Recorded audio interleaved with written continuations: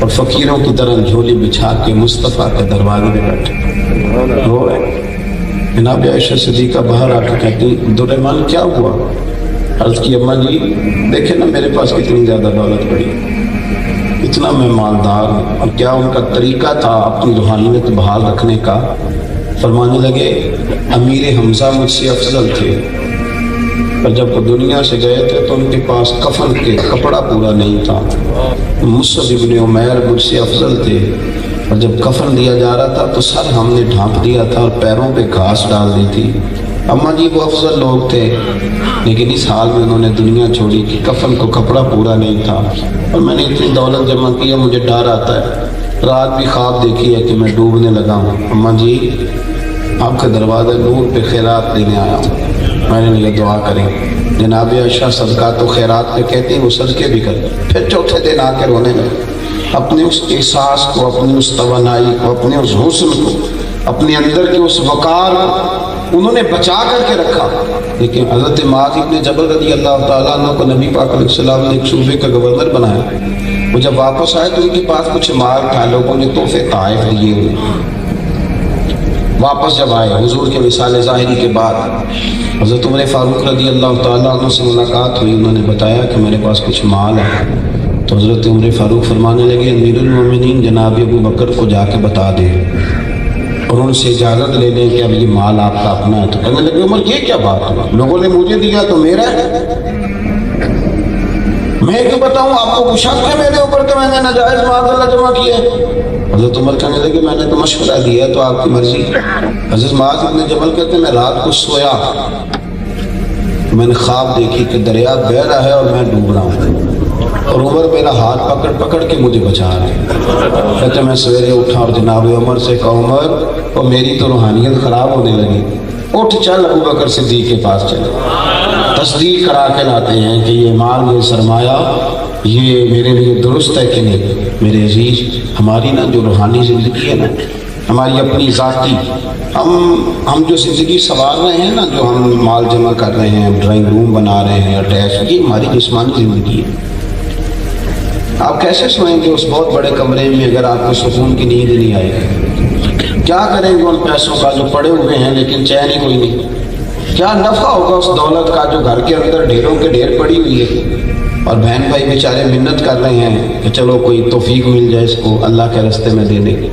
اپنی زندگی کا جائزہ لیں، اپنی روحانیت کو کبھی خراب نہ ہو۔ میں نا اس موبائل کو بہت بڑی رکاوٹ سمجھتا ہوں بابا روحانی زندگی کے لیے۔ میں کس طرح یہ بات کروں کہ جس قوم کے ہاتھوں میں قرآن ہونا چاہیے تھا اس کے ہاتھوں میں ہر وقت موبائل رہتا ہے۔ یہ تباہ کر دیا روحانی زندگی کو، مسلح بالکل بے آباد ہو گیا، اللہ کے زاویے بالکل ختم ہو گئے، کوئی کیفیت نہیں، کوئی ذکر نہیں، کوئی فکر نہیں، کوئی عبادت نہیں۔ تعویذوں والوں کا کام زیادہ کیوں چل رہا ہے کہ لوگ وظیفہ تو پڑھنا چاہتے نہیں، وہ چاہتے ہیں ہمیں لکھ کے دے دیا جائے تو لکھ کے دے دیا جاتا ہے۔ اپنے باطن پر توجہ کریں، آپ دیکھیں کتنے زمانے بیت گئے نماز نہیں ڈھنگ سے پڑھ سکے، آپ غور کریں کتنا وقت۔ مولانا رومی رحمۃ اللہ تعالیٰ علیہ سے ایک شخص نے کہا تھا کہ حضرت جی مال بھی بڑا دولت بھی بڑی ہے پر میں مسجد تو نہیں نہ جاتا، تو فرمانے لگے جا پھر توبہ کر جا کے، مالک تو ناراض ہے، وہ ہر شے تجھے دے کے کہتا ہے یہ لے لے اور دفع ہو جا میرے گھر نہ آنا، وہ تو ناراض ہے، جا کے اپنی اللہ ٹھیک کر، مہربانی فرمائیں اپنی طبیعت پر توجہ دیں، چھوڑیں۔ آج میں نے اور آپ نے تبلیغ کی بات نہیں کی، آج ہم نے اپنی بات کی ہے۔ ایک خود غرضی کریں، میرے کہنے پہ خود غرضی کریں، ذرا تھوڑا اپنا دھیان کریں، ذرا تھوڑی اپنے اوپر توجہ دیں، تھوڑا اپنے اوپر خیال کریں۔ یہ تھوڑے تھوڑے زخم کبھی کسی کے ہاتھ پیر پہ لگ جائیں تو زمانہ سارا نسخے لے کے آتا ہے، لیکن باطن کے زخموں کا کیا کریں، اندر کی گہرائیوں کا کیا کریں؟ وہ جو اندر روز بروز گھڑا اور کھڈا بڑھتا جا رہا ہے اس کا کیا کیا، اس کی مرہم پٹی کا بندوبست کریں، اللہ میں زور دیں۔ آپ یقین کریں کہ لوگوں کی زبانوں پہ ہر شے جاری ہوتی ہے، اللہ رسول کا نام نہیں جاری ہوتا۔ میں کچھ لوگوں کی بات سن کے نا تو کانپ جاتا ہوں، یہ ہمارے سیاسی ورکر ہیں، یہ اپنے لیڈر کا نام لیتے ہیں تو قائد جمہوریت تو شہید فلانا تو پتہ نہیں کیا کیا لقب، اور نبی پاک علیہ السلام کا نام ان سے ڈھب سے لیے نہیں جاتا۔ آپ یقین کریں اڑ جاتے ہیں، وہ بات کہتے ہوئے ان کے جملے ٹوٹتے، کیوں اس لیے کہ انہیں اللہ سے ڈرنا چاہیے کہ کیا خطا ہو گئی کہ زبان پہ نام تک جاری نہیں ہوتا. اپنے اذکار کو، اپنے معاملات کو. ایک بات سنیں، ایک بری نظر ہوتی ہے مرد نے عورت پہ ڈالی اور عورت نے مرد پہ ڈالی. ایک بری نظر ہوتی ہے مرد نے مرد پہ ڈالی، امرد پر بغیر داڑھی کے جو لڑکا ہوتا ہے اس کو ہمارے فقہا نے امرد کہا اور حکم دیا ہے کہ ایسے لڑکے کے ساتھ اگر کسی شخص کی نظر ٹھیک نہیں رہتی تو اس کے ساتھ بھی وہ اوقات نہ گزارے.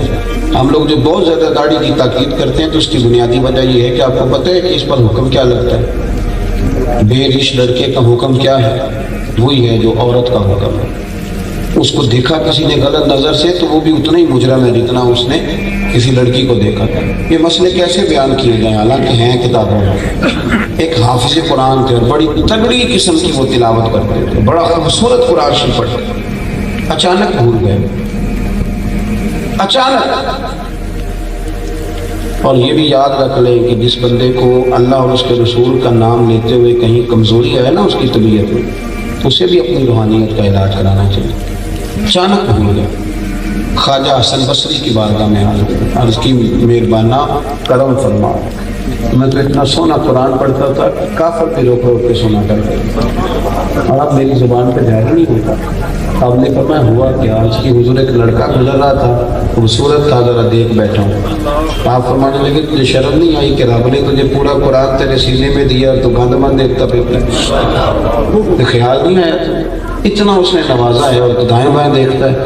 اس نے کہا حضور پہ حکم کریں تو آپ فرمانے لگے حرم شریف جاؤ. حرم شریف مسجد نبوی میں عصر کی نماز کے بعد فلاں کونے میں فلاں ستون کے پاس اس طرح کے بزرگ بیٹھے ہوں گے، ان سے دعا کرا. اللہ تیری مشکل کو آسان کرے گا. وہ کہتا میں نے سفر کیا، محنت کری، میں وہاں پہنچا، ان بزرگوں کو جا کے اپنا مسئلہ بیان کیا تو وہ کہنے لگے یار تجھے ذرا خیال نہیں آیا؟ اللہ نے تجھے اتنا نوازا تھا اور تم کیوں چکر میں پڑ گیا؟ تو کہتے ہیں کہ میں نے ان سے کہا حضور دعا کر دیں. کہنے لگے وہ تو میں کروں گا ہی، پر پہلے یہ بتا میرے پاس بھیجا کس نے؟ کون تھا جس نے میرے پاس بھیجا؟ تو میں نے کہا خواجہ حسن بصری نے. پر میں اچھا وہ میرے پردے کھول کر، میں تو یہاں چھپا بیٹھا.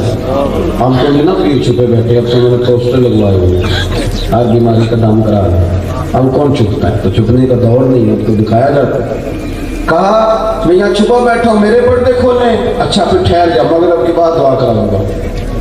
کہتے ٹھیک ہے. کہتے میں مغرب تک رکا تو مغرب کی نماز میں نے وہیں پڑھی. تو کہنے لگے جاؤ اس بندے سے سلام لے کے آ. اور جب میں اس بندے سے سلام لینے گیا تو وہ حضرت حسن بصری تھے.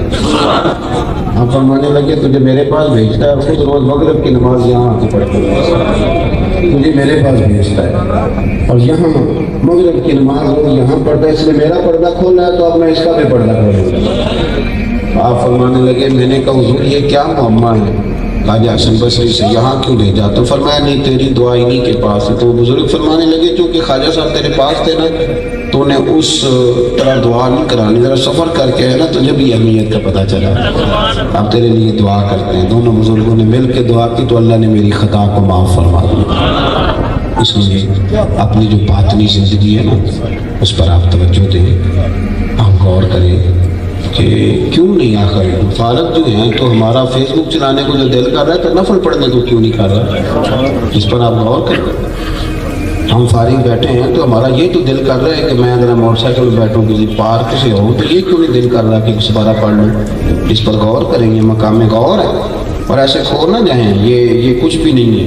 آپ کل بیمار ہو جائیں، آپ کے بچے کہیں گے ٹھیک ہے دعا کریں حضرت صاحب اللہ ابا کو پردہ عطا کرے، ختم ہو گئی بات. او پہ دیس لیے قبراں جنہ تے پھول پے، ادھروں کوئی نہیں گیا ہوں، ادھروں لکھاں پے. ہر بندے نے اپنے بچوں کا سوچا ہے کہ سردی میں بڑا برا حال ہے، سردی میں سویٹر لے آؤ. جو قبروں میں چلے گئے کبھی سوچا ہے کہ سردی میں ان کا کیا حال ہے؟ تو وہاں قبروں میں جو آرام ہے وہ اعمال کی بنیاد پر ہے.